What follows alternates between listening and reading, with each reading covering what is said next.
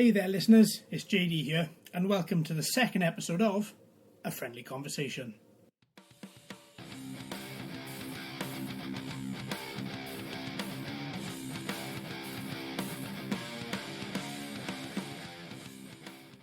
This is a friendly chat with my mate Doug, back from 2018. So, the audio in this particular episode isn't that great. I recorded it at the time. I was recording the video and using the video devices to record the audio.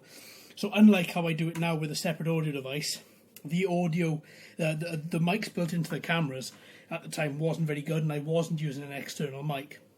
So the audio is a little bit tinny. Sometimes the laughter can drown out.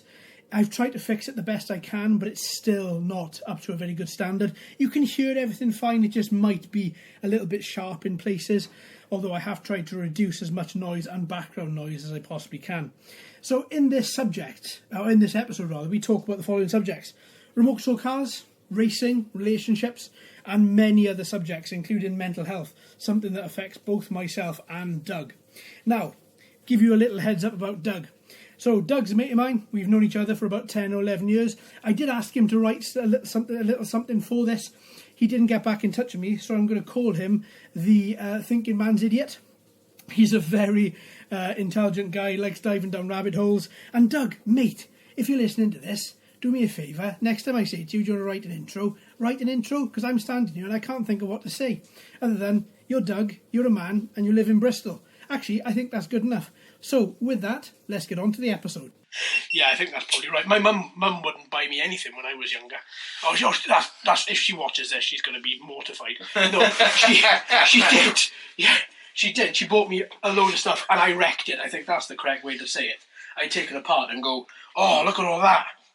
It don't work now. What can I do now? Put it back together. Yeah, there we are. Oh, it still don't work. So sort of, for me, it's always been kind of like a strange fascination. I've always been kind of like quite analytical, but I've always found myself kind of like torn between like being pragmatic and having fun. So when we got the Scalextrics, when I first tried to use it, I pressed the thing too fast straight away, and the car just went round a corner and flew off the track and across the room. And I was like, oh right, that's not supposed to happen. So I decided I was going to like work out how to do it properly, and I then worked out how to do it, and then I was like, it's not fun anymore, the cars aren't flying around. Yeah, exactly. So like after that, like I would just be like, right, put it on the track, like, oh, if it goes, kind of thing, because this is fun. And my brother would be like, you're literally no fun to race with. I was like, yeah, but if we play like Dodge It, like But I think that's the thing with Scalextrics, though, is that you have to, there is actually a skill to playing the game. You have to be able to blast it on the streets and slow it down enough and gauge to go around the corners, and then blast it just as you're coming out of that corner. It's not something I can do. I get annoyed too quickly. But there is a skill to it. There is. And I don't know. There's like professional Scalextric races out there. There's got to be something. They used to have like sort of like full on like worldwide like Subbuteo tournaments and stuff, didn't they? So yeah, I imagine that's like, can you imagine how cutthroat that would be? That would be brilliant. Imagine flicking your player and it hits somebody else's that's not meant to. That person just totally kicking off and then stabbing you in the face or something. I like the idea that there are people, because of like, you know, sort of like real life football violence. I know it's like a minority thing among football fans, but like if there was like one guy at these Subbuteo tournaments who'd like got a load of like extra Subbuteo players, but just like repainted them so that they were in civvies, and if he lost, just made them have fights with one another. Yeah, I mean, I don't know. I think it's a hobby that it's a fun hobby. Yeah, but it's time consuming, very time consuming, because the blue car there for the minute, I'm in the middle of turning that into a metal car. Yeah, so I've got all the parts to turn that into a total metal car, total aluminium car. And it is something, it's so enjoyable, but it's very time consuming, extremely time consuming. Yeah. But it's so fun. That's the other side of it, is that I think a lot of people go like, oh, you know, you're an adult, why are you playing with toys and stuff like that? But it's there's always like, I suppose it's valid to a point, but like stuff like that's kind of like rewarding, isn't it? You know, like everybody's got like some kind of toy. People go like, "Oh, you're an adult. Why don't you do something more practical?" It's like, because I'd still be playing with it at the end of the day. If I got really into like, woodwork and I had my own lathe, if I was enjoying it, then I'd still be playing with my toys. Absolutely. That's just what my toys would exactly. be. So I think people kind of go like, but these are for kids and stuff like that. And I always just think like, well, actually, it's just, people like what they like. I think this is the fun thing, though, is that nearly all of these come with an age rating. So a lot of them will say 8 plus or 14 plus, and that's pretty much where it stops at like 14 plus. Yeah. But at 14, I wouldn't have been able to control one of these because I was a nutcase. Yeah. I was a proper idiot at 14. I was running around the place, hopped up on God knows what, all the E numbers under the sun, and I just would not have been able to control something like this. Yeah. I mean, the huge bugster I've got in the corner, the massive remote control car, this one over here. Yeah. This thing is so big and so goddamn heavy that if I was 14 and I was going to control that, I tell you what, I would end up taking somebody out with it. I would end up hitting somebody's foot with it. I mean, it weighs 4.5 kilograms. It's quite heavy to be fair. It's insane. But yeah, at 14 I wouldn't have been able to drive them. I wouldn't have been able to fly them. I got into remote control planes at a very early age. But again, I was hopeless at it. I was absolutely hopeless at it. Yeah. It was something that I enjoyed so much, but then when I actually came to flying it, I was a nightmare. I could fly it, but I couldn't land it. Yeah. I think that's the issue with that kind of thing when you're younger, is there's the fun element of it. But like, I think when you're a kid, and especially when you're a teenager as well, you have absolutely no desire to really be in control of anything. No. Like, it's that you kind of like hit a certain point and you go like, the minute I start gaining some kind of control over anything, it stops being fun, and I don't want to grow up yet, kind of thing. So like, if you've got like a toy plane or something like that, and like you were saying, like the issues with like landing it becomes complex. And I think to a point, like, you probably kind of make yourself not able to do it. And like, there's this kind of perspective, especially like being a teenager, that kind of like destructive thing when you're like sort of like sat there thinking like, oh, I could learn to land it, but I think I'd rather crash it. But if I crash it, that's so much more fun. Yeah, exactly. Yeah. And I think that's fairly normal, to be fair. But like, yeah, that's probably why it sort of like becomes more of an interesting thing in sort of like adulthood, because then that's when you find like different ways of having fun. Yeah. And that. That's fine. Something fell. I'm not going to overthink that. I'll investigate that a little bit later. But yeah, I know. Yeah, it is. It's because like say with planes, what I didn't realise is when I was younger, when I was flying them, you have to have the same sort of distance to take off as you do to land. Yeah. So it's fair enough if you hand throw them and you take them off, but how are you going to land them? You're going to crash them. You're going to break them. So I think I spent out a lot of money on one plane. I crashed it once and then thought, do you know what? That's not for me. But that was a stupid thing. I kept on going back to it. I kept on flying them because it was just fun. I think that's why when they train people to be like actual pilots, they start off in like simulators. Imagine that, just going like trial by fire. Let's see how it pans out. Like, that would be weird. Like, the death quota would have to be pretty high percentage-wise. Absolutely. I think it's mental, because if I owned a model shop and if I saw myself walk into a model shop at 14 going, "Hey, mister, I want that one," I would look at myself and go, "No, you are obviously an absolute nightmare. I'm not going to give you a plane because you're going to end up terrorising somebody with it or crashing it." And I did both. Terrorised myself and then crashed it repeatedly. But it taught me to love the hobby. That was the thing. After sort of that age, I was like, do you know what? I'm going to settle down, and then it's going to be something I pursue. And then it was like many years later that I got back into it. And because it's kind of awkward, because I had a few remote control cars with a few ex-girlfriends down the line. And it was kind of at the time looked at, oh, I've got a remote control car, and they would look at you and go, oh, really. That's a little bit strange. But, yeah, it's a fun hobby. It's something I'm extremely passionate about, to the point of doing everyone's head in, talking about it constantly. And just going, have you seen this car? It's amazing. And everybody else just goes, it's a remote control car, shut up. Yeah. But yeah, it's something that yeah. I think it just goes to, just got to look around a little bit to see how nuts about it I am. But there we go. But yeah, it also helps me from a mental health perspective as well. You see, I think that's important, because all my hobbies, because my job is in IT, all of my hobbies were all IT related. Yeah. So I don't know. It's sort of, it was Hannah's idea, the wife's idea, to sort of get into it again, and then it kind of exploded. Yeah, I suppose if your kind of like hobbies are related to what you do at work, you know, if you're at a point where work is starting to drive you mad, you need something else, because otherwise everything becomes this kind of negative path. Yeah, absolutely. After a while, I mean, I don't know if I've ever really kind of like specifically focused on a hobby to like deal with my like issues with depression or anything like that.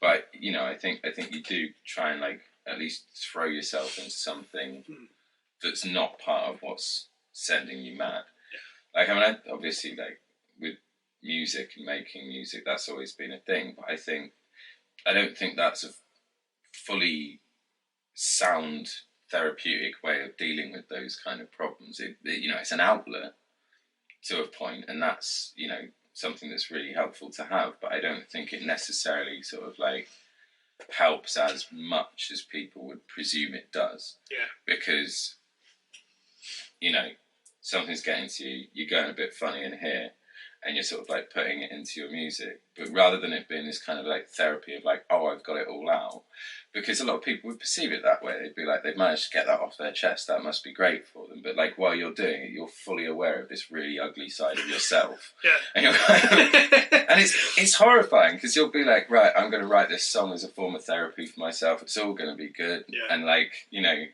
you've like perfected the song in its sort of most raw form, so then you're just kind of building on top of it, and the more you're building on top of it, you're going like, oh, I'm horrible.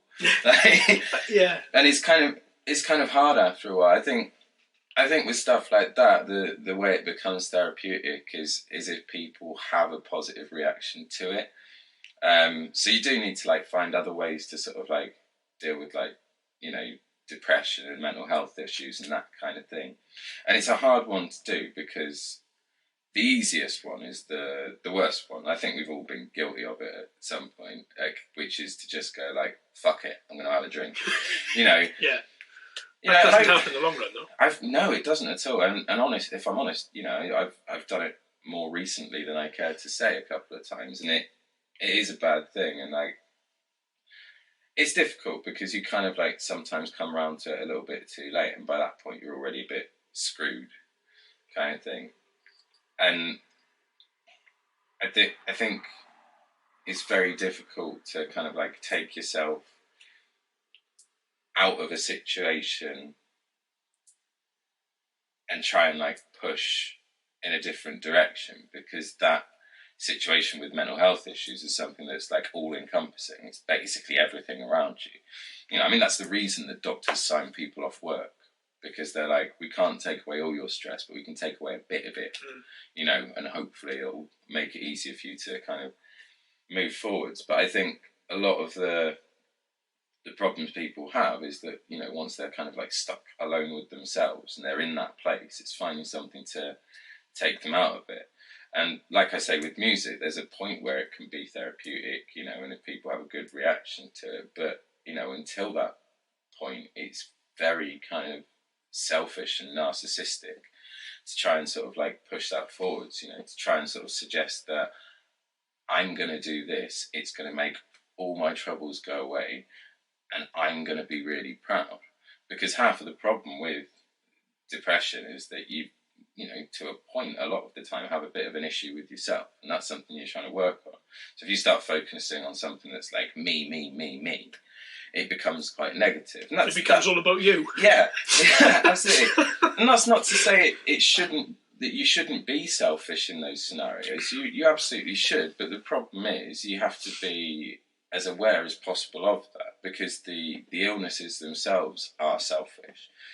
And I think that's something that I've kind of, especially as someone who did try to kill themselves once, I think my perspective of it is a little different from that of people who haven't, and people who haven't really experienced anyone close to them do that.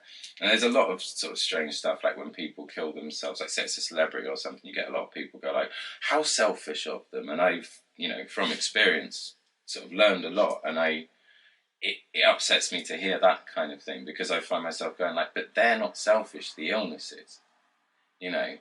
It's not selfish, really, to say, I can't do this anymore.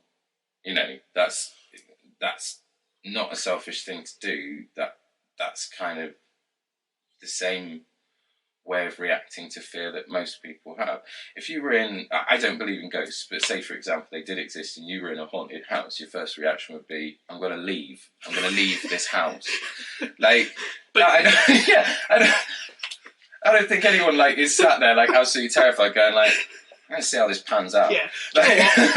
Somebody's just got killed upstairs. There's blood coming down the stairs. I might stay 5 more minutes. You get the hell out. But that's the thing, you can't get out with depression. You're constantly locked in, and that's something that I've come to learn in the past, maybe 5 or 6 years, is that it's something that once you are locked in, you're locked in for X amount of time. Could be a week, could be a month, could be 10 years. I mean, I was diagnosed when I was 22. So what was that? That's a long time ago. Let's not get into specifics. That was easy for me to say. But let's... Semantics has less P's if you want to try that next time. It does. I remember that one. Yeah, but yeah, I don't think it's selfish. I used to think it was. And then I don't remember a time where I didn't feel the way that I currently do now. And even though I'm a lot better because of all of this, and because of having a very supportive wife and family, and because of being able to upload videos to YouTube, and because of being able to connect with people that think like I do, and have the same experiences, it helps no end. But at the same time, I don't think committing suicide my personal thing is that it's a selfish thing. No. I've had friends that have done it. I've tried it, and it's attempted. But at the same time, I feel sad for the people that succeed with it. But I think I also feel that I respect that they had enough. They couldn't go on. You can't begrudge them that decision. No. And I think that's a big deal. Like, when I was in the hospital afterwards, people coming in to visit and that kind of thing, and you're saying sorry to everybody. Overwhelming amount of guilt. Yeah. And I don't think you should feel guilty about it, but you're taught that that's what it is, because you've upset other people by doing this. That you should feel guilty, so you're apologising to everyone, and it makes you feel worse about yourself, because you're sat there going I'm not being honest here, because in that scenario, it could be for a few days, it could be for months, it could be for years afterwards. You might still be sat there going you know what, in my head it still kind of makes sense to do that, and I found that really difficult, especially with my parents and things like that, because they're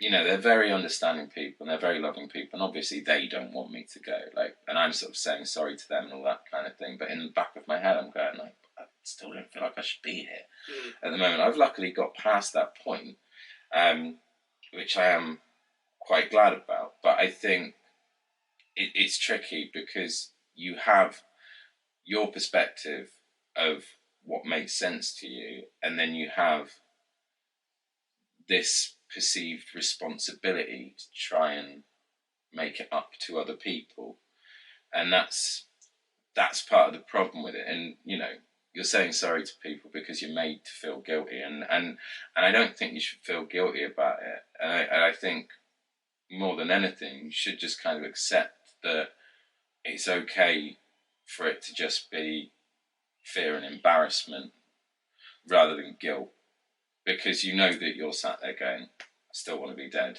but I'll tell these people that You know, it'd be much easier if everyone kind of understood it. So if someone came into the hospital to see him and went like, "Oh, what's going on?" you could just go like, "I'm honestly not sure." You know, that would be much better. My dad was hilarious when he came in. I absolutely loved my dad, and this isn't anything against him. It's just he was so awkward because he didn't know how to deal with the situation, and you know, people don't. But he walked in, and he walked up and stood next to the bed, and he just went like, "How you doing? You all right?" "Oh, no, wait. Well, actually, no, obviously not. But, you know, as good as can be." And then he just looked at my mum and went like, "I'll go and get us a cup of tea." And just walked off. And like, oh, bless him. That was the first moment I laughed. Yeah. And I was just kind of like, oh, at least he's the same.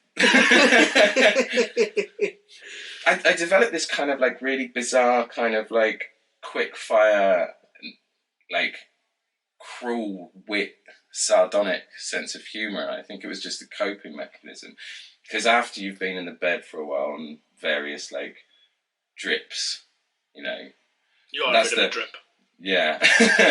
But I love that. Like, you know, because I overdosed.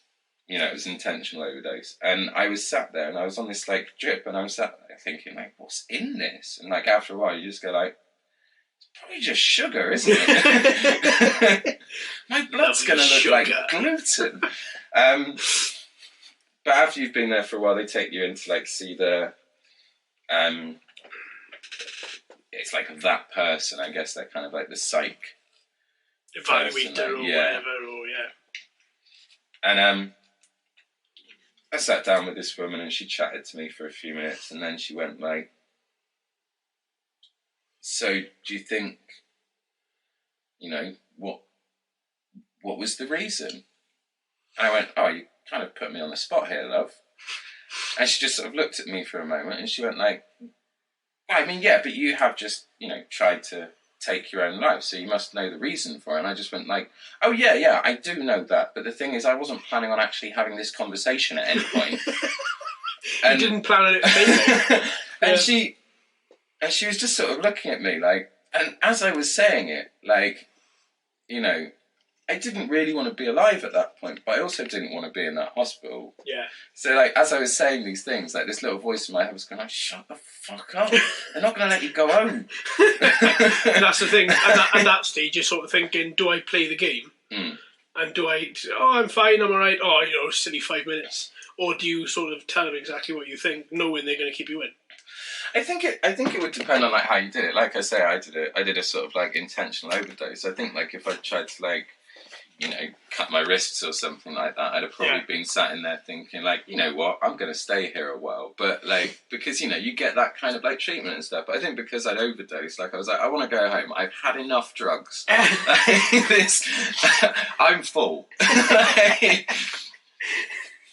But, you know, I sort of laugh and joke about the whole thing. It's obviously a very serious situation, but I think that's kind of, that's part of my way of dealing with it. And I think I've tried to be very candid about it and sort of open about the whole thing. You know, it's not like I'm a celebrity and everybody's going to hear what I say or anything like that. But, you know, if you are able to talk openly and honestly about it, even if someone happens to overhear or whatever, like, you know, I'm not saying I'm out there to try and like save people from the big D or anything like that. Yeah. So yeah, I think there definitely is a culture around depression and not talking about it.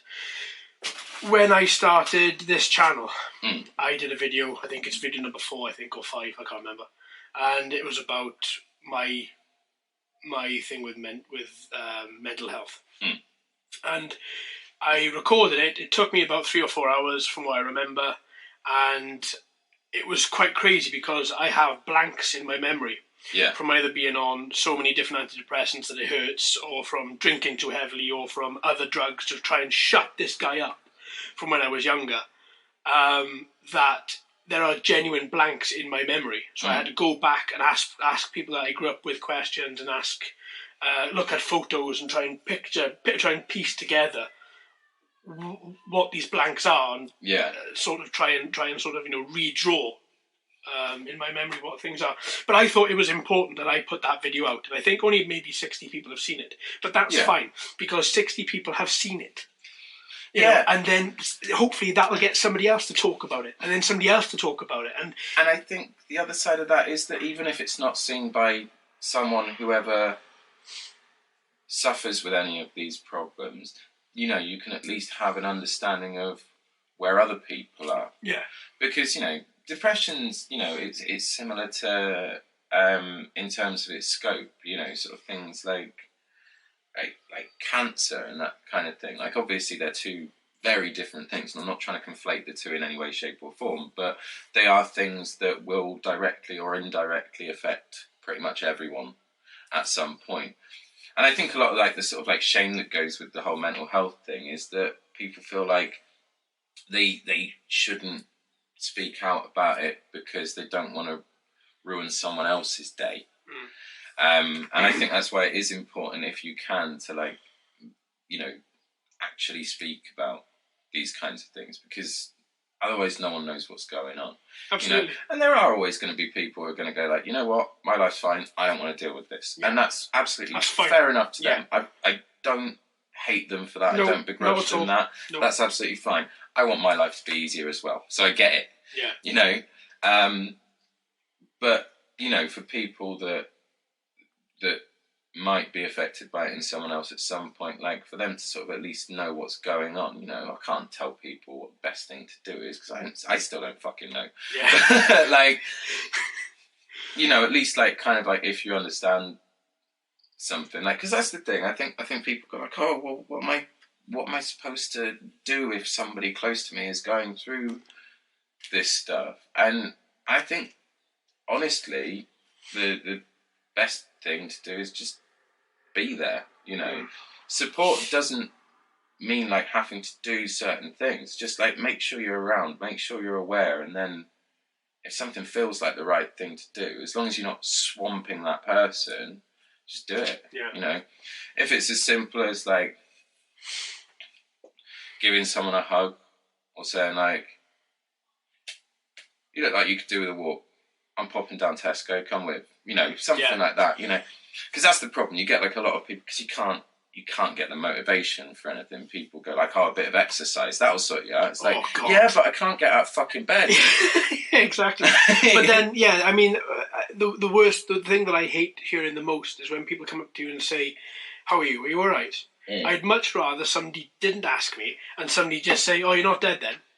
You know, and I appreciate that really dark, cutting sense of humour. Whether or not you think that's a sense of humour, to me, that is beautiful. What that person has just said, it's like a reflection of the best poetry in the world, or the best song you ever heard, and you think, oh wow, hearing that, oh, you're not dead then, is just like, right, I've done another day. You know, and take every day as it comes. And for me, whereas with you or with somebody else, having a hug is great. For me, it's like, no, don't touch me. Yeah. However crazy that sounds, but it's like, don't come near, don't touch me. I agree with you on the sense of humour, and I think a lot of people will kind of like walk on eggshells and pussyfoot around people, but I think a lot of the time people would actually quite like people to just be kind of like, let's make this funny, you know, because when you realise that, you know, the joke is on you, it makes things a bit kind of easier to deal with. When I first went out to see mates for a night out after my suicide attempt, the first thing someone said was, nice of you to turn up. And I just thought it was brilliant, you know. I have no idea if it was intentional or not, but it was perfect. And I was just like, you know, that's what I need. You know, that's fine. I'm cool with that. I love that. I mean, and people going like, how are you doing? And I'm like, fuck off, kind of thing. I can't deal with that. Yeah. You know, I can't. And everybody's different. There are going to be people that love that and that they need to hear that and that makes sense to them. When I developed quite a strong drink. I don't drink a lot these days. I developed quite a strong drinking habit. I wouldn't say I was an alcoholic at all. That would be overstepping the mark. Yeah. But I drunk a lot. From a person that didn't drink, for like a good 2.5 years, I just drunk excessively every single day. And it helped. Not at all. But at the time, and when I'd finished drinking and I'd had the support of my friends and everybody had sort of, you know, rallied round and sort of ensured that that I was okay, and then everything was fine, one of my mates for my birthday came up and gave me a can and went, "Do you want a can?" Just everybody was like, "Don't give him alcohol." This one of my mates went, "Can?" I was like, "Yeah, cheers." Drunk it and went, "Oh my God, that's horrible." Yeah. But it was the only, and I remember that because everybody else was like, "No, don't give him alcohol, don't buy him this, don't give him this, don't give him money." Whereas all I wanted was somebody to say, "Do you want a beer?" Yeah. It's interesting you bring that up and say like it helped. Not at all, And I think that's the thing. For a while, short term. For a while, it is, Yeah. And then suddenly it's not. Yeah. But like a bridge is perfectly serviceable till it collapses, isn't it? Yeah, absolutely. That's the kind of whole thing. Like if you go like, right, I can get this out of my head for a little bit. But the moment's going where you just said about the bridge. Oh, damn it, I've just lost it. Sorry. Sorry, I just interrupted you in a very serious thing, and I just what did you say about a bridge? The bridge is perfectly serviceable until it collapses. That's a structurally sound sentence. Nice. Sorry, carry on. I'm surprised I remembered that. It's not even scripted. No. No, I mean, some of this stuff like probably does come out sounding semi-scripted because I have had similar conversations like with other people before. So there are certain things that I probably like hit on, like that's a good analogy, and that kind of thing. But yeah, I mean, drinking and drugs and any kind of self-abuse are the kind of they're the first in line, like when it gets to that point. Like if you're sinking. Depression was the new GTA game. Drink problems, drug problems, self-harming, they would be the arseholes queuing overnight to come and get it. And they're just there waiting because they're like, we're not going to pounce. We're just going to be here. And they'll come to us. Yeah, sooner or later, somebody's going to go around the corner and think, "You know what? I'm going to buy 6 cans." Yeah, and it's interesting. Like, there's this kind of view that people have of like, "Oh, I'm not going to give money to like homeless people because they're just going to spend it on drink and drugs." I would go out on a limb and say that probably the majority of people who are on the streets aren't on the streets because they were junkies or alcoholics, but are that as a result of being on the street. Yeah. And I think it's one of those things. I have known people who have suffered with depression. They literally never drank in their life. They'd never touched any drugs. They'd had like clean living. That had just been them. And then suddenly something hit them. And before any of us knew it, they were alcoholics. And it's just, it's like, how did that happen to you? Yeah. And like, Trainspotting, for example, in that film, there's Tommy who hates them all, like, for the heroin abuse and that kind of thing. And then his life goes to shit, and he's the one that suddenly gets on it and dies as a result. Yeah. And it's just that kind of like, I think people try and say that addiction is like, it's just something you shouldn't do, but it's often a result of something else that's going on, I mean, obviously, it can happen because you just want to take drugs and have fun and you go too far. But I think most of the time it's people who are just kind of like, I don't know what else to do, so I'm going to try and ignore everything for a while, and then that takes over. And then the problem is, after a while, your body will develop something of an immunity to it.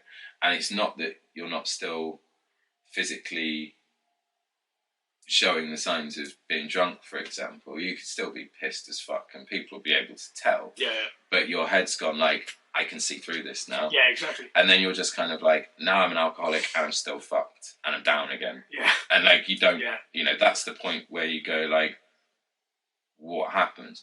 And I didn't get to where I got to as a result of any kind of excessive alcoholism or anything like that. But I did drink a fair bit, But it's, when stuff gets on top of you, that's when you go like, right, I actually can no longer escape what's going on. Yeah. And that's when you go, I want out. Yeah. That's it. That's the thing. I mean, at the start, it's you start drinking and that sort of quietens everything down. From my perspective, that was what happened. And then you kind of drink more because you think, oh, hang on, this is great. Yeah. So if I drink further on, earlier in the morning, then I haven't got to put up with this all day. Oh, this is lovely. First week, hey, check, nobody's noticed. Or so you think. Yeah. And then you start realising that you're not shaving as much, and then you're putting weight on, and then you start to smell. Yeah. And then everything slowly starts to, the dominoes start to fall. Yeah, yeah. And certain people start looking at you, and then the people that used to ring you no longer ring you, and then you're thinking, oh, what the hell? So you're drinking more because that depresses the hell out of you, that you have got nobody then. And then it's one thing after another. I think, yeah, and I think for me, the thought of stopping drinking or the thought of stopping doing any sort of narcotics was the fact that if I stopped, then I would hurt. Yeah. Then you would have the insides, then you'd have the vomiting, then you would have the not being able to eat. So you're vomiting, you're empty, you can't drink anything, you can't eat anything. Then comes the crushing stomach cramps. Yeah. And you're thinking to yourself, well, what the hell if I just have another can, or if I have another 12, or if I chuck some more Charlie up my nose or whatever. What's it worth to stop? Exactly. Like, it's fine. It's fine. I've done it for this many years, and I'm not dead. It's all right. And then one day, something happens, and then you look at yourself, you catch a glimpse of yourself in the mirror, you're 22 stone, or do you know what I mean? And you look at yourself and you're going, oh my God, what the hell? Who the fuck are you? Exactly, yeah. And then like you try and talk to somebody and you say, why the hell didn't you say something? And this person says, what? Really? Talk to you? What? There was no getting through to you. Yeah. What the hell are we meant to do? Half the time we didn't want you here, you were just turning up. Exactly, yeah, exactly, yeah. It's like we go to this pub because we knew you weren't going to be there, and then half an hour later you turned up. This is why we all drunk up and then left. Do you know what I mean? And it's horrible to hear that, but it helps you come through the other end, I think. It helps you pull through slightly. But it helped me. When you sort of realise something, then it's either going to give you an impetus to give up completely, or to go, I need to work on this. Yeah. I need to sort something out. And it can go either way, And, everything we're discussing at the moment is based on our perspectives. There are so many people out there going through, similar mental health issues, and their experience might be completely different from ours. Yeah, absolutely. And that's something we can't even, crack into. But, at least if you're sort of open about your own experience and your own perspective, people know it's not just them. You can't really sort of tell people, oh, this is how to get through it. Because people have to do it themselves, which is quite hard when you fucking hate yourself and don't think you're any good at anything. That's the worst thing in the world, isn't it? That's quite a dark thought. You have to help yourself out of depression. I can't even make a jam sandwich. That's a really difficult place to be, and I found that was quite hard because I'm not really that good at a lot of stuff. I think I'm fairly good at my job, which is no. Oh, so I'm not even that helpful. No. But I know I can play music. Yeah. Yes, Jesus Christ, yes. And I know. Sorry, that massively fanboy. Calm down. I know I can do that. I know I can write fairly well. I'm fairly handy in a pub quiz. You're handy in a pub quiz, I'm handy in a pub brawl. There we are. If we don't win, we'll get those winnings. But yeah, it's these sort of things. But for the most part, I'm not that good at a lot of stuff. Likewise. I can cook basics. Yeah. My fiance Heather is really, really good at cooking. She's really creative with cooking. She knows what goes with what. I've always just kind of known how to make very basic things. And for a long time, when we got I think it took a couple of years for me to even make anything for her, because I was just, I said to her straight away, oh yeah, I can cook, kind of thing. And then when I saw what her cooking was, I was just kind of I'm going to look so shit in comparison to this. I said the same to Hannah. Hannah was like, when we first got together, I was like, yeah, I can cook. And she went, oh, that's awesome. And then she made me chili con carne. And I was like, oh my God, shit, I can't cook. I can't cook at all. And then she's like, right, now it's your turn. And I was like, oh my God. I was like, right, okay, that's fine. You stay in the living room. Don't come out the living room. You just stay there. I was like, look. Does this microwave have a silent setting? So I all the packet stuff. I was like, rice. Yes, shit, it's out of date. Yeah, and that was it. And I just kind of served it. There we go, have it. It's like fish and chips. We are done. You know, I mean, I was good. I was good enough at cooking to like survive on my own in the wild, kind of thing. And like Heather's actually like shown me how to do things now, and I have like improved, and I can like make a nice meal for her and stuff. Yeah. But like my repertoire is still fairly small. You do. I've seen you cook toast in work. That is, or cook bread in work to equal toast. That's good. It's a skill. It is. Yeah. So your hot cross buns the other day as well. God, they smell nice. I take full advantage of a 4-slice toaster. That's good. Because I'm a fat bastard. But yeah, like because I was kind of like, oh, I'm not really good at that much stuff. Like when I was sort of like going through it quite heavily, sort of in my late teens, early 20s, I really kind of threw myself into music because I was like trying to like trick myself to a point like, if you do one of these things that you are good at, you're going to think that you're good at things. Yeah. And like, it didn't really work because I found myself going like, this is one of the few things I'm good at. Did you do the same as me? Did you? And I just ended up going like, you know, going on stage, playing shows, people afterwards going like, that was wicked, amazing, cheers, like, really enjoyed it kind of thing. Yeah. And in the back of my head, I'm going like, yeah, you're fucking useless. Like, because they were going like, your music's really good. And I'm like, what about the other 100,000 things that everyone else can do and I can't? You know, I can't even do a Lego castle without the fucking instructions. Like, I put together a Lego Minecraft set the other week. Yeah. So I think one of the hardest things I've ever done. I'm 34. Get a grip. You know what I mean? It's like, I'm sitting there with the instructions going, this makes no sense. Why is this making no sense? And then I pushed it off the table. I was like, nope.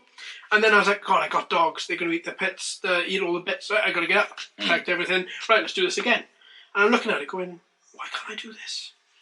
I really like doing like jigsaws and things. I'm quite good at a jigsaw, and I don't mind if it takes ages to do it because I do get it done. I find kind of like a sort of like, it's quite a therapeutic process to like gradually sort of like put something together. But when I was little and I used to do jigsaws, I got to a point where I'd like graduated to the point of like a 1,500 piece jigsaw, and it suddenly became a chore. I don't know if it like coincided with when I started to first kind of like feel the issues with depression or anything like that, but I started to like feel a bit shit about doing jigsaws, which I was like, oh, I've always been good at these, but this is really difficult kind of thing. I'm sort of like replacing it. Like, it's really bad. Like, I didn't realise for a while, and then like sort of looking back on it, I kind of clicked one day that it wasn't just jigsaws. I was kind of like doing the same thing with a lot of stuff. Like, get like 150 pieces in as well as the edges of this 1,500 piece jigsaw. And I'd just be looking at it and going like, oh, maybe I'll go back to that book I haven't finished. And you kind of do that, and you just keep replacing things with other things that you don't finish. And I think I don't know if there's any kind of like psychology to it or anything, because, you know, psychology is another thing that I'm not really very good at. Yeah. But like, I think a lot of it is kind of, oh, I'm not finishing this, and just starting things and then not finishing them. And like, after a while you start to think like, is this kind of like a metaphor for what's going on? Because I'm doing this stuff to avoid really working on myself in the first place. Yeah. And I think that's why a lot of stuff doesn't really get done when you're in those kinds of situations, because you're just kind of like, I'm not doing anything anyway.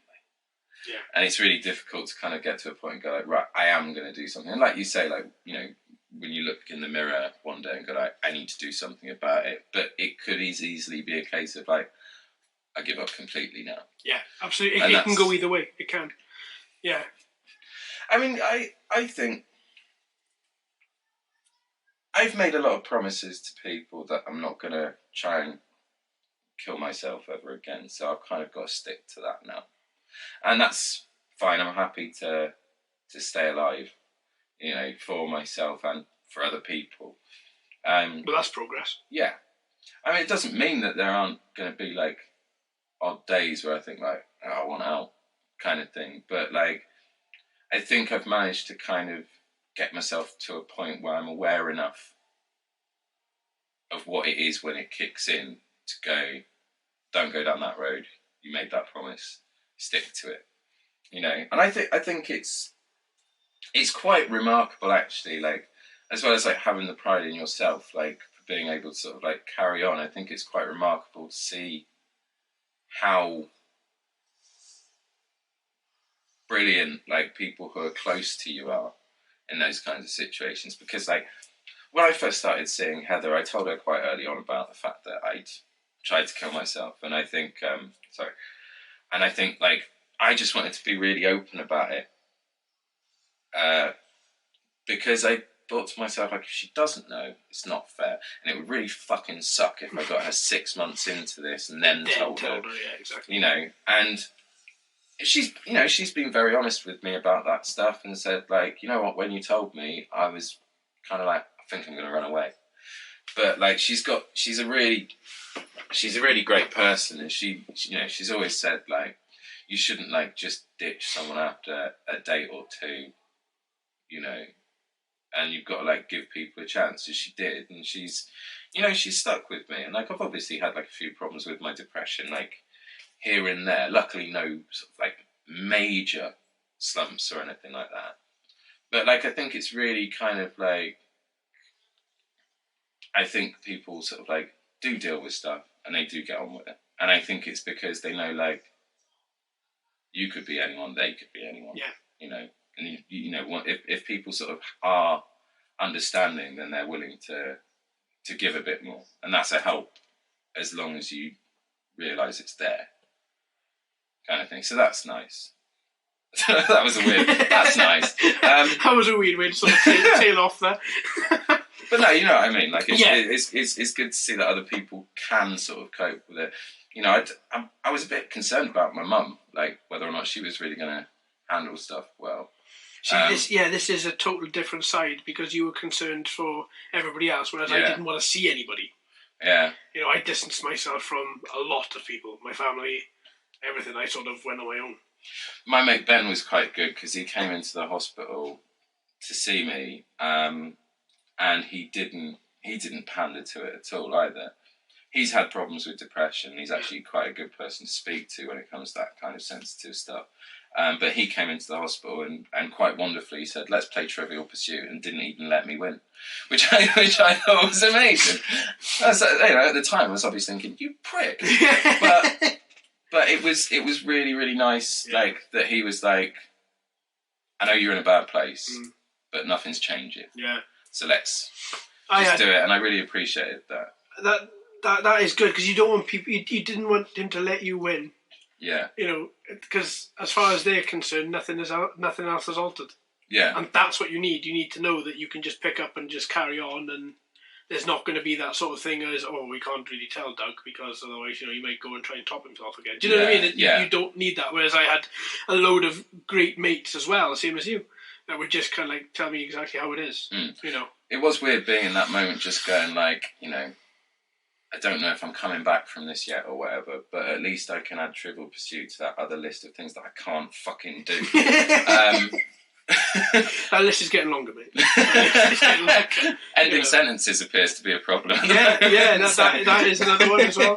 Yeah, but no, it's the same. Yeah, I really fit in the same thing as you. It's so much that there are limited things that I can do, and very trivial things confuse the hell out of me. Yeah. Like, for argument's sake, like, say, washing the dishes and putting the dishes away. I'll wash the dishes and then just leave them there. And it looks on the outset like as if it's just a really trivial, lazy thing. Why do you put them in the cupboard? But at the time, it doesn't occur to me, because my thing that I'm accomplishing is I'm washing the dishes. And in that word, there isn't putting them in the cupboard. That's another thing. So I'm very... I don't know what the word is, actually. I take things on face value. Yeah. If somebody used to say, this is a spade, and pass me a trowel, then I would still say it's a spade. Yeah. Because that person has said it's a spade. So, do you know what I mean? Yeah. It's very much, right, John, do you mind washing the dishes? I go, yeah, that's fine. And then a couple of minutes later, Hannah will come out and go, why are you going to put them in the cupboard? Yeah, I'll do that now. But it hasn't occurred to me that that's what she wants me to do. Yeah. So I'll just go and look at things and go, yeah, I'll wash the dishes. I've done that now. You know.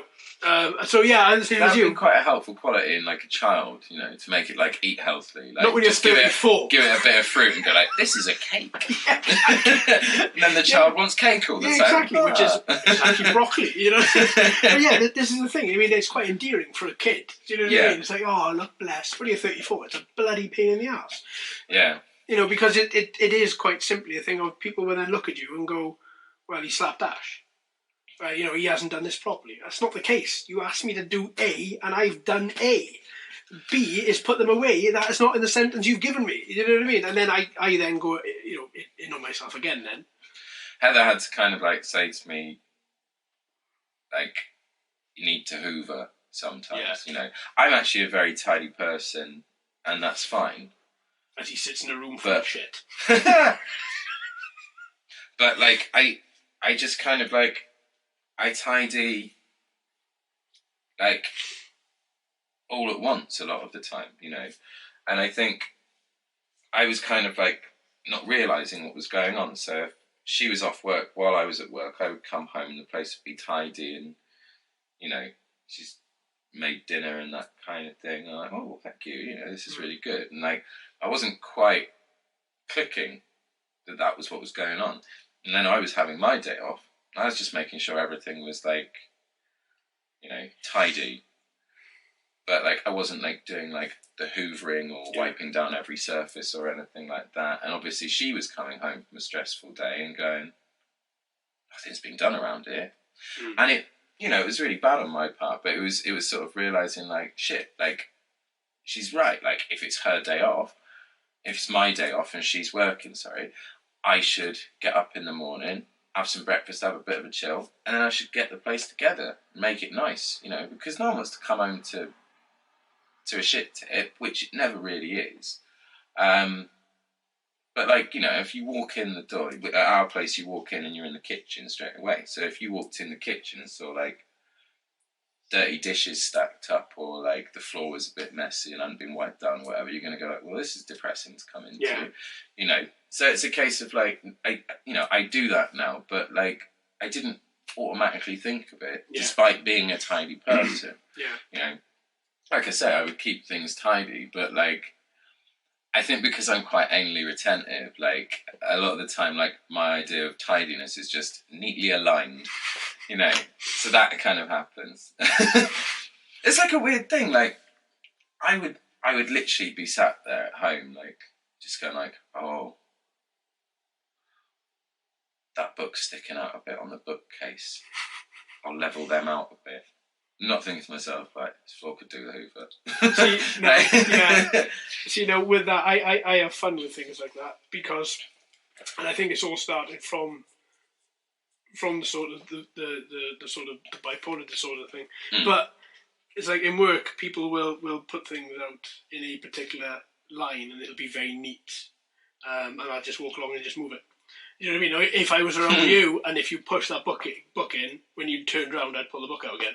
Do you know what I mean? It's just things like that. I think that's hilarious. It's not at all, but it's just something like that. It's just I don't know what it is. I can't even explain it. It's just a sort of thing that I just look at it and go, "Wouldn't it be funny if I did that?" Yes, it will, and it's not at all. I wouldn't do it because I know it would send me mental, but I've always thought it'd be really good fun. Like if you were house sitting for somebody to move every single thing in their house by like just a millimetre. Oh, see, no, that does sound like fun. When they came home, everything looked right, but they felt weird. Just like, whoa, hang on. You can just it's like a really nasty mind game. I wouldn't do it because if someone did it to me, I'd go fucking nuts. I'd have to burn the police down. I'd be like, no, sorry, goodbye. Call the police. That's it. Bye now. But like it always occurred to me like that. If you really wanted to mess with someone, like that's a way to do it.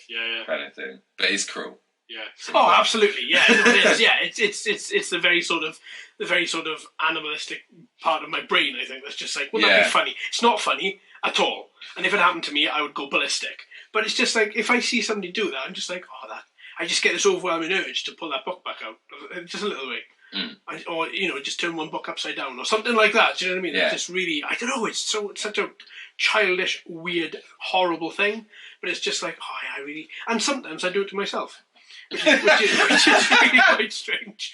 It's just like when I'm drunk, I come home or something like that, a few drinks, not drunk, but come home and I'm like, oh, I'll move this car. And the next morning I'll wake up and be like, why? That's really annoying.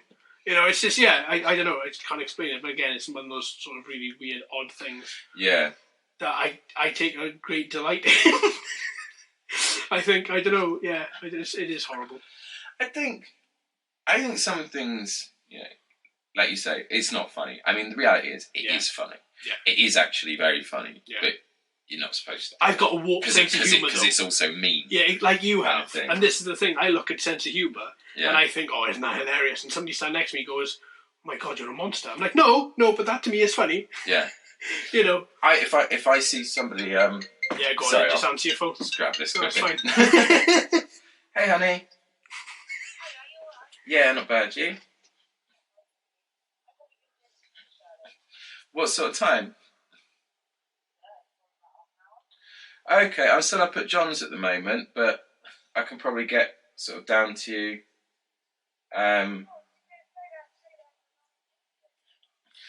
Yeah, I mean, I can obviously. Okay, that's cool. Like, whatever's sort of best, but yeah, just because we're still sort of still in the middle of it at the moment.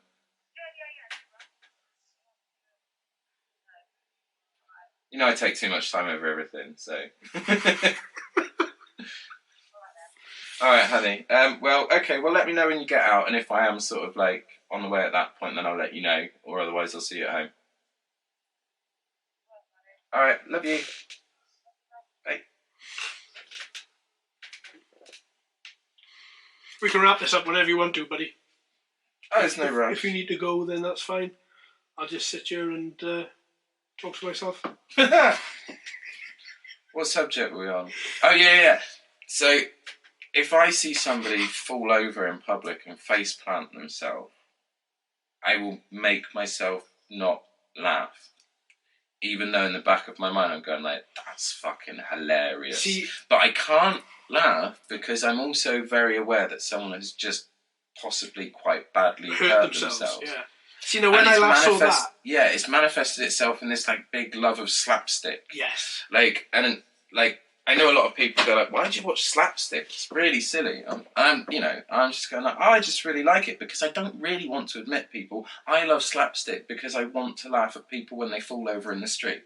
Yeah. This is the thing. A few weeks ago, I did see somebody fall over in the street, and I walked over to them to help them up. And it occurred to me when I was helping them up, and when somebody else came from the other side to help them up, so we both grabbed an arm, that I was absolutely outright just laughing in their face. And the other guy was looking at me and frowning, and I was like, we'll just help this woman up. And as I'm helping her, I'm going, ha, are you okay? And I thought, oh my God, what sort of a person am I that I walk over to somebody, and initially my brain went, help them. Yes, help them. Pick them up, and I'm laughing at them as I'm picking up. Oh, do you know what? I was mortified. Absolutely mortified to the point where I had to apologise to the guy, apologise to the woman. I was like, I'm really sorry. She didn't know what was happening, bless her. She was alright, she was fine, but I just felt like an absolute monster for just laughing at this person as they'd fallen over. But I get that, I get what you're saying. But then that comes from that sort of like dark humour. Yeah. Again, doesn't it? Like it comes from like a sort of a place that may exist as a manifestation of something else. It's like when I found the bin. What? Go on. I've got this really nasty knack of being absorbed in what I'm doing at the time. So if somebody's text me, then I will text them back. Or if somebody sent me a comment on YouTube, I will comment them back as quickly as I can. And I have to get it done, or the goblin in my head turns around and just niggles at me. Yeah. And so when I was walking home, a long time ago. Wasn't that long ago. It was a while ago. It's only about 2 hours ago, wasn't it? We just just came down the road with you. I was there. Yeah, true. And I'm standing there answering my phone, texting and whatever, and I looked up, and I actually, at this point, I'd walked down the street, I'd hit a bin, and I was 3/4 the way inside this bin, because I didn't realise where I was. But around me, everybody was pissing themselves laughing, because the guy had just almost fallen in the bin while texting, not aware of his surroundings. Yeah. But again, I didn't find that embarrassing, because my sense of humour is so twisted and dark that when everybody else was pointing and laughing, I laughed with them, because I was like, oh, do you know what? Yeah, that is pretty funny. I walked into, the sort of like metal, like loop things that people like tie their bikes to. Kensington poles, Kensington. I'm just going to keep on saying Kensington. Okay. Kensington bars, Kensington. Something like that. It's Kensington. Bike hoops. Bike hoops. They're nasty if you catch them on your shin. I walked into one the other day, right? And this is what I suddenly realised. I know that they're there. I know that they are places for people to attach their bikes to and stuff like that. But I realised that I'm not aware of where they are unless I can see a bike. Because the bike is taller than them, right? So my eye level while I was walking... Yeah, but you can look down, Doug. Your head can move down. Or even your eyes can move down. I know, but the eye level that I was walking at, I was just kind of sort of thing, and I didn't see the top of a bicycle, and I nearly did a flip right over the top. And I was just kind of oh, that was bad. It was annoying as well. I was sober. See, if you were a bit pissed and you did something like that, you'd be like, fair it's play. Fine. This is my fault. But you also wouldn't give a shit when you picked yourself up off the floor, and you wouldn't look around you to see who was laughing. You just kind of go, oh, that's... Who's put that there? And then you just walk off. Whereas if you're sober and you do that, you're walking up, you're kind of going, oh my God, who's seen me? Oh, just 300 people in the middle of Bristol. Yeah. It's fine. I've got I now walk 500 metres before I can even enter a shop. I thought that was the start of a song, sorry.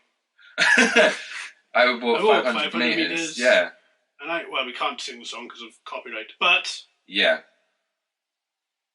That 500 more.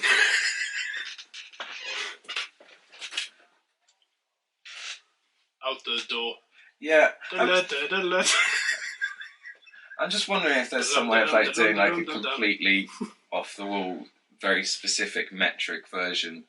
But I've got about 6 metronomes, so I'm sure we could sort of set them off at different times to sort of all in the same key play the song. We should do it the other way around. We should flip it backwards, do a sort of archaic sounding version, so sort of medieval. Where there's 2 basses behind you and got a lead guitar in just the other start rather than miles, convert it into yards or something like that, and to be ye oldie proclaimers.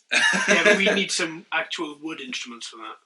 Yeah, that's true. Also, was Scotland a thing in olden times? Did it exist? I think it was old Scot land. Ah, right, okay. And I think that's how they said it.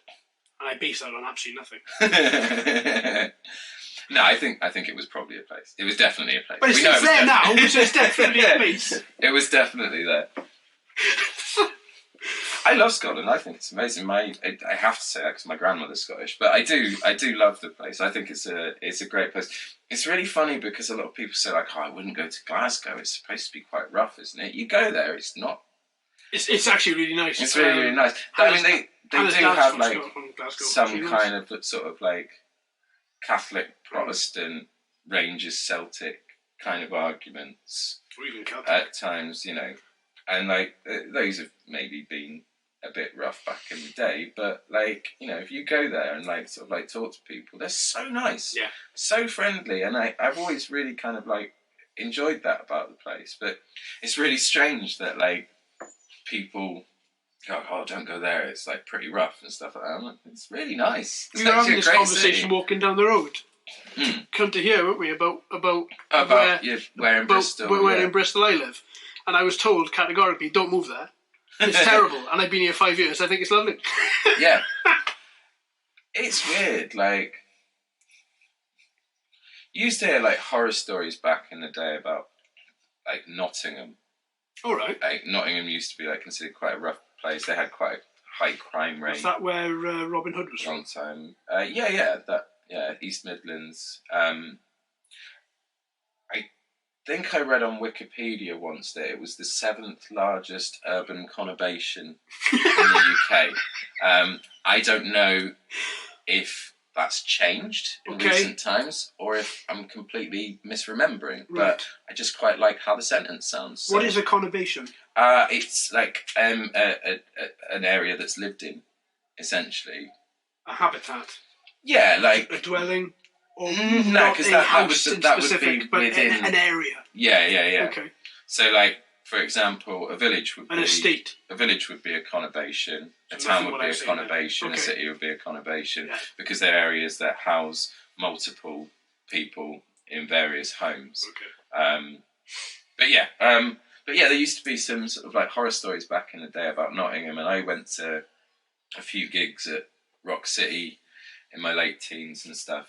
And you know, there was occasionally a bit of sort of roughness and stuff like that. So it's one of those things of like people go, oh, don't go there kind of thing. But I know people that have moved there and they're like, it's nice. Yeah. You know, and I think that's the thing. Like, one person has a bad experience and tells you a horror story, and you just kind of believe them. I could tell you. And then you... you actually go to places. Yeah. Oh, it's actually quite nice. I could tell you 5 places in South Wales not to go, because when I was growing up, it was a nightmare. Yeah. Now, I know people that live there, have raised families, and it's beautiful.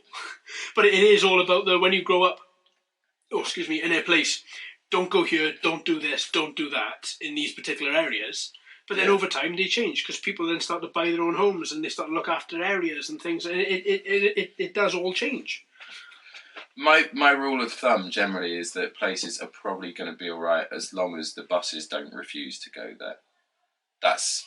like, kind of it. Yeah. You know, they've been trying to pull my bus service for a couple of years, but we've still got it for now.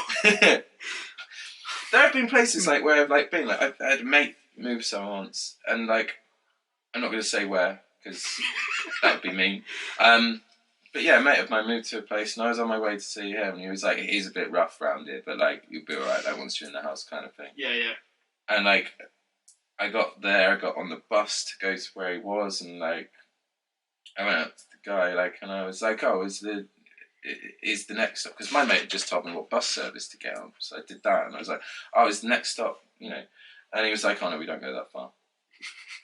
I was like, what? He was like, yeah, we don't go there. We don't go there, kind of thing. I was like, God. Oh, maybe I should have got a cab, and he was like, they wouldn't go there either. Oh, what? No way. Like, what? Kind of thing. And I basically got off this bus at like the furthest point and called my mate, and he was like, oh, good, I'll come and pick you up. I was like, you could have warned me about this. And he like picked me up and like drove me right to his door, and we went in, and like absolutely fine, like where he was and stuff like that. And to be fair, like on the whole, it you know, I didn't see anything bad there, but because it was quite a high crime area, like, you know, public services again, like, no. Not a chance, kind of thing. So I think that's kind of like my rule of thumb. As long as you can get there on public transport, it's probably going to be all right. I've never thought of that at all. I've just because I don't know. I tend to walk everywhere, so I tend to like you'll find me walking like there's a bus stop a road away, but I'll walk 3 miles to get another bus because that bus takes me where I've got to be and I'm going to change. So I don't know. I don't know. Yeah, I think that's a pretty good rule of thumb you have though. If public services don't go there, then... Yeah. I try and walk places. If Heather and I are going into town together, we'll get on the bus to go into town. Like, it's only like a sort of 20, 25-minute walk from where we are. But, like, if we're together, sit down on the bus and have a chat. Yeah. Kind of thing, which is it's a little easier in that respect. But if I'm, you know, by myself, I'll probably just walk it. Yeah. You know. Because if I sit down on the bus and I'm not actually active and walking, then I might have to have a conversation with myself, and that's somewhere I don't really like to go too often. It wasn't until a mate of mine put a thing up the other day, like, sort of like,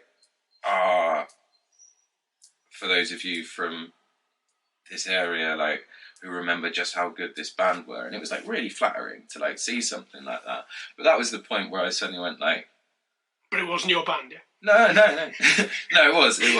Yeah. But, like, I sort of looked at it, and I was like, you know what, I am really proud of that. And then it sort of, like, was like, oh, it was 13 years ago. And then it was like, what have I done since then? And this, like, creeping, like, then came in going like, what have you been doing with your life? And I just quickly kind of went like, I have a full-time job, I'm a responsible adult, I'm doing really well for myself, now put on the fucking album and see if it still sounds alright. Was it really 13 years ago? Yeah, 2005. Jesus. It was quite a weird time. We were part of a sort of like local scene in the part of Wiltshire that we were based in, and we didn't want to be like just that scene, you know. We wanted to kind of do a lot, so we really pushed to sort of like play all around the country and that kind of thing, and it meant that we ended up moving towards quite a sort of like accessible sound. Because the music itself is, you know, it's not like, I don't like saying things are heavy, because you always encounter like one prick who loves his extreme metal who just goes like, that's not heavy. Thank you. But like in terms of like the kind of music it is, it is quite heavy. I was astounded because of not hearing it, and again I made that foolish assumption that just because something is labelled indie doesn't mean it's going to suck. And when I saw that it was indie, and I was like, oh, this is going to be terrible, and I clicked play, and I was astounded at just how much unlike indie it sounded. Yeah, but the pop hooks are definitely in there, and I think that was like intentional because we wanted to like be able to like play a broader spectrum. We wanted to play shows around the country. Yeah. We didn't want to just be part of a local scene. Our local scene was not all the same. I'm not saying that by any standard, but there was like a sort of like, there was a definite kind of like edge towards specific kind of music. And like, you know, I don't mean to like do people down and say like, oh, they were all doing like variations on a theme. But like when you have a scene that sort of springs up and, you know, people become part of it and people are enjoying it, then you do kind of end up influencing each other. So there was sort of like a similar kind of sound, and because people were part of this local scene, it actually gave those other groups like an opportunity to push this kind of more personal artistic bent, which I thought was actually quite wonderful to see, because these people were going out there and going like, we're not making pop music for the masses, we're making stuff that we really feel and stuff that we really believe, and I really, really liked it, I really enjoyed it, but because we wanted to push a bit further, we had to start writing like pop songs, because the minute you're out of that scene, you go and play somewhere else, they might have their own scene and be like, what the fuck you doing? Yeah. Kind of thing. So we did that, and it was really nice, like sort of like playing different places in the country and still getting like a positive reaction from audiences and stuff, you know, them just saying like, oh, that was really good, you know. And that was, you know, it was a really nice sort of time, and it was interesting for me because I'd always played like in ways that I wasn't being particularly commercial or anything like that. So to actually sort of go in the other direction, like, it made me start to kind of like see the art that is in pop, and I really, really like that. And it seems strange that I never really kind of clicked before, because like I love pop music, I love it to death. It's amazing because there's a reason it's done so well. Yeah, because it's so catchy. It appeals to pretty much. It lets your brain fire. Yeah. It isn't just like a tunnel vision of, oh, I like metal, or I like this, or I like that. It's, if you like metal, if you like jazz, if you like whatever, it's all elements are in pop music. Yeah. You know, it fires every part of your brain. Like, a lot of people that I know find it weird, like, if like I list off like my favourite albums, because there are people like Sonic Youth in there, there are people like the Smashing Pumpkins in there, there's Television, there's Autica, there's 808 State, and you know, then it kind of goes into a lot of like quite sort of like complex and avant-garde stuff, but also in there, Billy Joel. I love Billy Joel. Yeah. Like, I'm not ashamed to say it. There's a possibility that I should be, but I'm not. Like, but I just think that pop music is that thing. My first single when I was a kid was the Shoop Shoop song by Cher, and she covered it for the Mermaid soundtrack. Yeah. And I've met so many people who are kind of like, oh, oh, my first single's really embarrassing. And I'm sat there thinking, like, say it's mine, but I refuse to be embarrassed by it because I still think it's great. Yeah. Like, I will still listen to that song and be like, this is awesome. You know, people like sort of like associate the word with sort of like big club tracks or whatever, but I hear the Shoot Shoot song and I'm like, that's a banger. That's an absolute banger. Like, you know, and I think pop music's great, and it was really nice to kind of like do that. But like, yeah, it's nice to have like something, and that's part of the reason that I put it online, was to have like a document of something that I've done. I don't even have a physical copy of that album anymore. I don't know where it's gone, but it's nice that that's there, you know. Even if it's just to kind of like show the grandkids one day, like, oh, I did this kind of thing. Like, you know, I didn't become a professional musician. I didn't get a record deal or anything like that. I thought you were signed. No. We there were tricky territory. Flirtations. Oh, okay. Nice. I think the aim was to get signed, and there were a couple of sort of like possibilities. But I think, and if I'm completely honest, I think it was probably because of ego. We didn't really pursue those in the right way. You know, I think, you know, we were young, we were writing music that we knew it was good, we were being told it was good, and that kind of thing. I think we got arrogant to the point of like, oh, the labels will come to us. Oh, okay. And that, right, okay. you know. Yeah. That pretty much killed you then straight away. Yeah, but you know, it's, you can learn from it. Oh, absolutely. And that's nice. But yeah, like to be able, you know, say like, all right, I didn't go this far, this didn't become my living, but I still created this. I still created this piece of art, and I'm still proud of it. You know, I say that now. I might listen to the album in a couple of days and go, this is shit. Right? But you know, it's, I think it's good to have a document of those kinds of things. You know, and like with your sort of like drone stuff, like you do like the quad videos and that kind of stuff, and like, you know, some people might sort of look at that and go like, why is he doing this kind of thing? But you can still like look back on those at some point and go like, this is something I really enjoyed doing, and I did an impressive one that day. I didn't realise how much I enjoyed making videos until I started making videos. And then when it started off, it was just a video, a plain video, or a quad video, or this. But then as time goes on, a lot like music, I imagine, you build things up and you add things to it and you think, do you know what, am I going to be crazy enough to just add this little bit in? Or can I do that? And then you get a new computer and you can do a lot more, you know, and then and things like that. And it's only been within the past like 3 weeks that I've stuck to a style that I like. So I stuck to a style that I think is fun to watch, and I think engages people, that I think is fun to film, that doesn't take me, you know, 6 hours per vehicle, but does take me a lot longer than just whacking it up in the end. You know, it goes, looks nice, and it just appeals. Yeah. I think that's the thing. You've got to,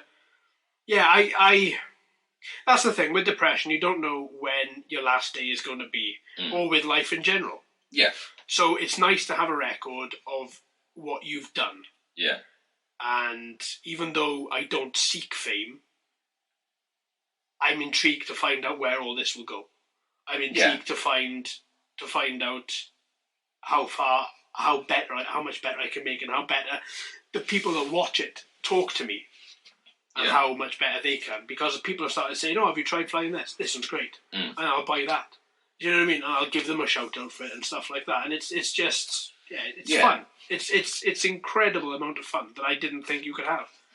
Yeah, it's not so much a self-serving, like, I'd like to see how people appreciate me kind of thing. It's a case of like, it's nice to know that I'm out there somewhere. Yeah, I think so. I think I never gave. Yeah, I think so.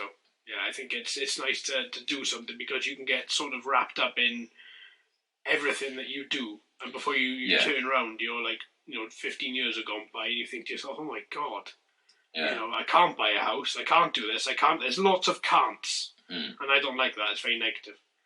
But there are lots of can-dos. Yeah. And I think this is what I enjoy so much about making videos, like you with music. I mean, I play bass, not in a band or anything. I play bass. I'm a jukebox. I listen to a song, I like a song, I learn the song, and that's it. And that's as far as it goes for me. Because the big thing, I love being a band, but I have stage fright. Yeah. Do you know what I mean? And it's like, make it over, it may not. But at the end of the day, bass is personal to me. Yeah. You know, and it's like, I'm never going to want to make money off that. That's just something that I enjoy doing. And it's something that, you know, I think I want to be able to play the songs that I like. Whereas making videos is a little bit more, I want to put that out there. I want to know what people think. I want them to know if they've had the same experiences that I've had, you know, and whatever else. I think the minute something you love becomes a job, it stops being so easy to love. Yeah. So, absolutely. You know, kind of like being able to keep something in a way that you're passionate about it and have it out there so that people can have it if they want, but it not be how you're bringing home the bacon, as it were, is a nicer kind of way to do it. Yeah. You know, because it's satisfying that kind of like creative side of things. You know, people who paint, for example, will do a painting. You know, but once they've finished it, I think the majority of them are probably going to go like, I put my heart and soul into that. I hope someone else gets something out of it. Yeah. You know, so when an artist sells a piece of art, that's probably amazing for them.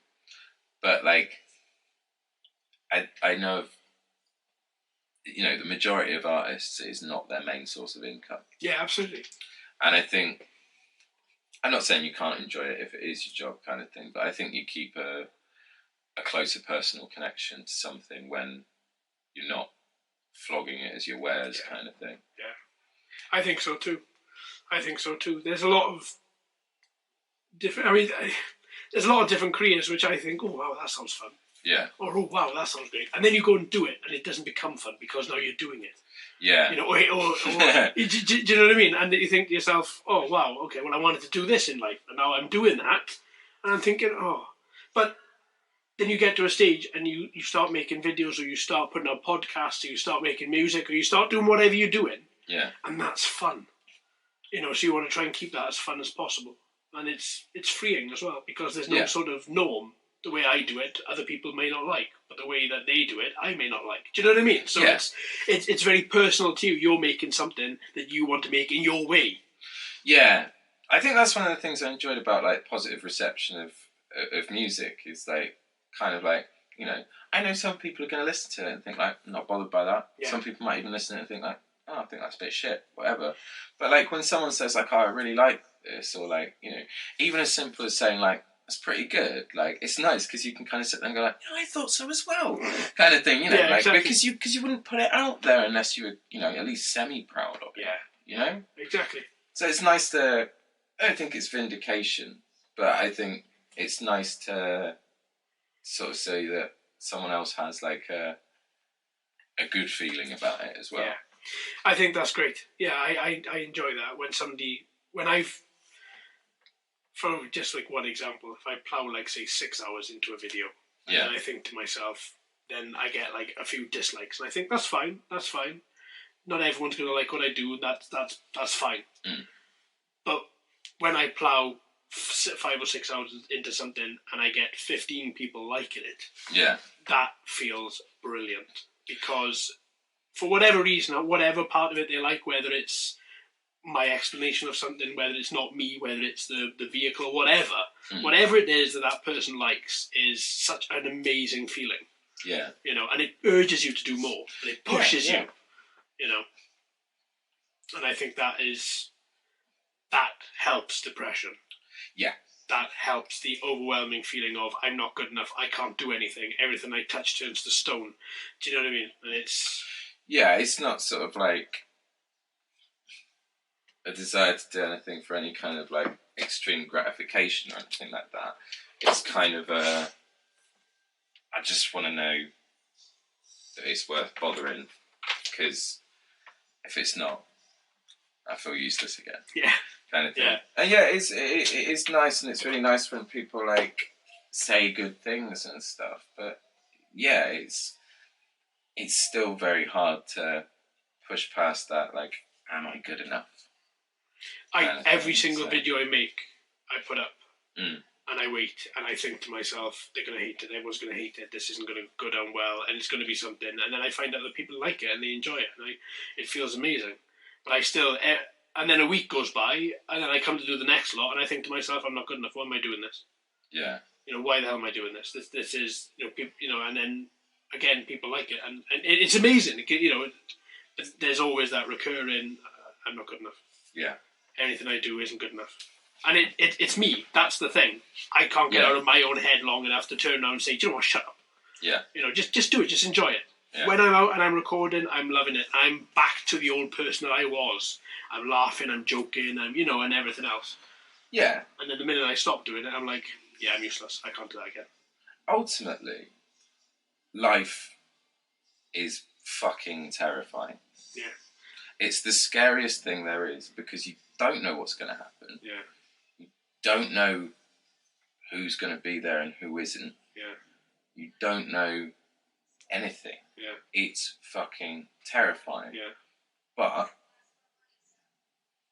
there are ways of having fun with it. Yeah, absolutely. And I think,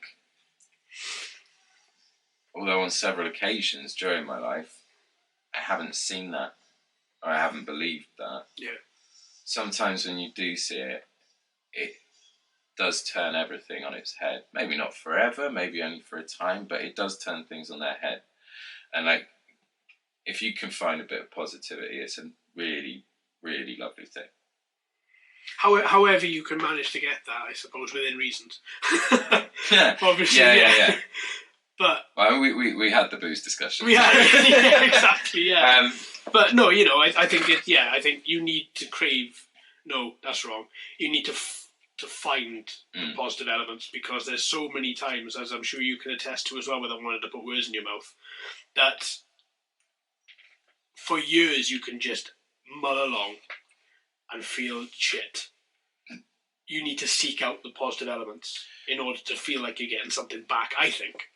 It doesn't even need to be big things either. No. You just need to be aware that it's positive. I really like sandwiches. Yeah. I know that seems like a silly thing, but if I remember that I like sandwiches, I can really fucking enjoy sandwiches. That's like a nice little thing. I know that seems like such a silly thing to say, but if I'm having a really bad day, I will just go I'm going to make a sandwich. And it's going to be amazing. Yeah. And I'll eat that sandwich. It might not make my day perfect, but it's something. Yeah. And it reminds me that tomorrow will be different and it might be all right. Yeah. Yeah, exactly. But it's a little positive element. Glean the positive out of whatever you can do, or however, within reason. But yeah, if you can find something positive, and if you can find one thing positive every single day, I think. I mean, it would be really easy to sort of say, the obvious, from my perspective and from your perspective. I've got a fiance who I love, who I think's amazing. You've got a wife who you love, who you think's amazing. Yeah, absolutely. Those are amazing positives in our lives. And it's, that's another thing, because I will, if I'm having a bad time, going but I do get to be with her. Yeah. And that's amazing. But the reason for bringing up the whole sandwiches thing is that not everyone has a relationship, but anyone can have a sandwich. Yeah. So, might as well. I think on that we're going to end that, because I've got 2 minutes left of my SD card. Okay. Before we're over. Clearly, I didn't put the larger capacity one in there. So anyway, cheers, Doug. That's all right.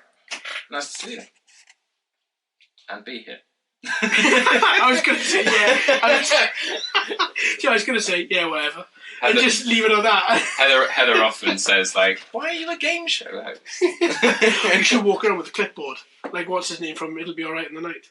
Oh, not Magnus Magnuson. What was his name? Dennis Norden. Dennis Norden, yes. You should walk around just with a clipboard. Just with a pen and just point at people and just say random funny things. One-liners and stuff like that. Anyway, off you pop. Cool. Well, there we are then, folks. That is the end of that episode. If you've made it to the end and if you're listening to this, then well done. I think you deserve a medal. As we are new, we are kind of winging this a little bit. Let us know in the reviews what you think. Please don't be overly negative. As I say, we are new about this. We are trying our best. So, let us know. If you haven't already, please hit the subscribe or follow in your favourite podcast app, and the next episode should be with you within a fortnight. Okay, thanks ever so much, folks. Take care of yourselves.